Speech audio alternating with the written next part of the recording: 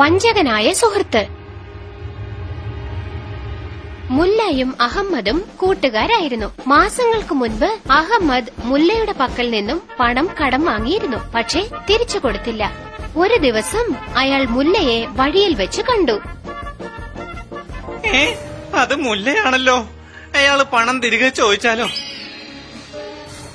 ഏതായാലും ഈ തൂണിന്റെ പിറകിൽ ഒളിച്ചിരിക്കാം. ഹേയ് അഹമ്മദ്, നിൽക്ക്.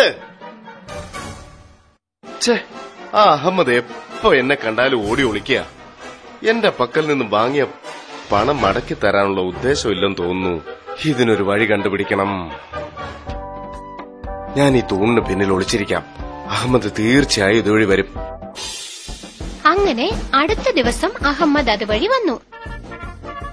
ഹലോ അഹമ്മദ്, സുഖമാണോ? അതെ മുല്ല, സുഖമാണ്.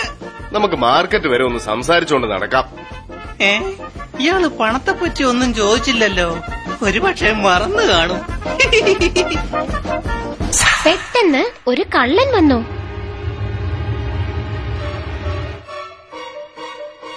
അയ്യോ വേണ്ട, എന്റെ കയ്യിലുള്ളത് മുല്ലയുടെ പണമാ. ഇതിന്റെ പലിശ എവിടെ? ഇതാ, അതും വാങ്ങിച്ചോളൂ. കള്ളം കൂട്ടുകാരാ, എന്റെ അടുത്ത് പണമൊന്നുമില്ല. മുല്ലയുടെ അടുത്ത് നിന്ന് വാങ്ങിച്ചോളൂ. നന്ദി. വരൂ സുഹൃത്തെ, ഇതാ നിങ്ങളുടെ പങ്ക്.